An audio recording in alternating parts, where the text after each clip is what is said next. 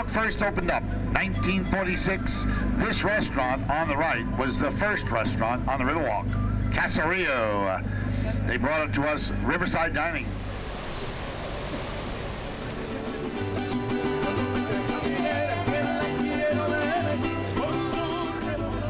And you got a sports bar right in front. You can catch all the action for last night's games. And they're at Mad Dog's British Pub. I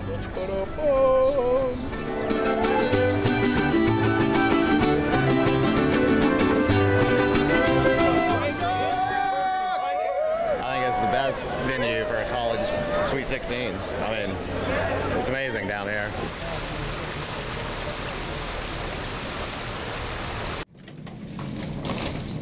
The demolition of this motel does not even compare to the destruction caused by a man who stayed here 16 years ago. Right about here was where he actually parked the Ryder truck that he had brought here and put all his explosive materials in later. Special Agent Mark Boughton spent 30 years in the FBI, and nothing stands out to him more than the day he identified Timothy McVeigh as the suspect in the Oklahoma City bombing. We just found out that McVeigh had been arrested in north of Oklahoma City, speeding, and he had a gun in the car, and I said, yeah, that's going to be our guy. Boughton knew this because he'd spent the last 24 hours following leads on McVeigh. He was told the Ryder truck used in the bombing was rented in Junction City, but the truck was signed for under the name Robert Kling. He had a backward slant to his handwriting, which is unusual.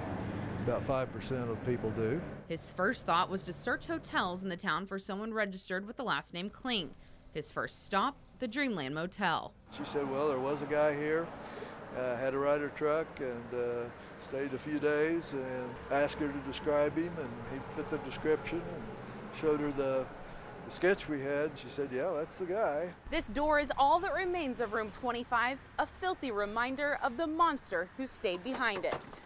Actually ordered food for room 25, but he ordered the name Kling, which matched the Ryder truck rental. All three signatures had a backward slant. That's when Boughton knew they had the right guy. As an Oklahoma native, Boughton will always remember the role he played in bringing justice to the heartland. There's an old expression, if you have nothing but art, you still have everything. Thousands of school children visit that building every year, and they go home. They can't tell their parents who the governor is. They don't remember anything, but they do remember one thing. They remember those big pictures, those huge murals on the second floor of this building. Got a nice burgeoning arts community centered around the Flint Hills.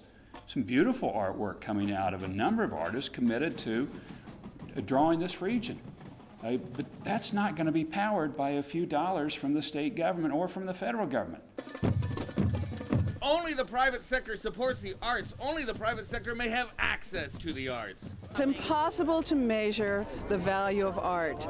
All I know is that without art, we have no reason, we have no rationale. I think the government claim on the field has reduced the amount of total money in the art sphere. That's an interesting take. I feel like the arts community supports supports itself. We're always supporting each other. What's at stake here is $1.1 million. The governor's executive reorder will take away the Kansas Arts Commission, replace it with an entity that raises money privately.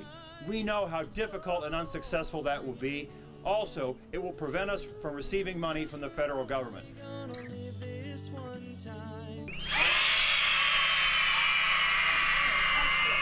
About 670 children here running around, enjoying themselves, being active on this beautiful day. They just have a variety of different activities to have the kids move in different ways. They have a safety relay where they actually have to dial 911. They have to stop, drop, and roll, test a smoke detector, and then put on a life jacket. Push, push, push. There you go. Childhood obesity rates have skyrocketed, not only in Kansas, but across the nation. We also know that kids are not getting the recommended amount of physical activity. Okay, go to your next station. Go! So we really want to encourage them to get outside and find different ways to be active that are fun, just whatever moves you. Hi! Woo! We're going to go ahead and head outside and take a look at what it looks like this morning. You'll just have to follow me through behind the scenes of the studio. Now, when I was coming into work this morning, I will say that the main roads actually pretty good. They've been doing a great job of trying to keep the snow off. Now, it is a little difficult with the snow continuing to blow. You're going to be having the drifting snow across the roads, but I will say my neighborhood streets, in fact, they were really bad. I got stuck. I spent about 30 minutes digging myself out on the way into work this morning. The new security system installed helps students make the right decision. Ben, good evening. I'm standing here at the intersection of Watson and Twilight Drive, which is just about a mile east of the Gage and 470 intersection. And right behind me, you can see the Topeka Bomb Squad has been called to this location to investigate a suspicious package. I was just told minutes ago that they are actually looking into a 2-liter bottle. Well, guys, you can still see the glass left on the ground where one of many cars were broken into last night in this neighborhood.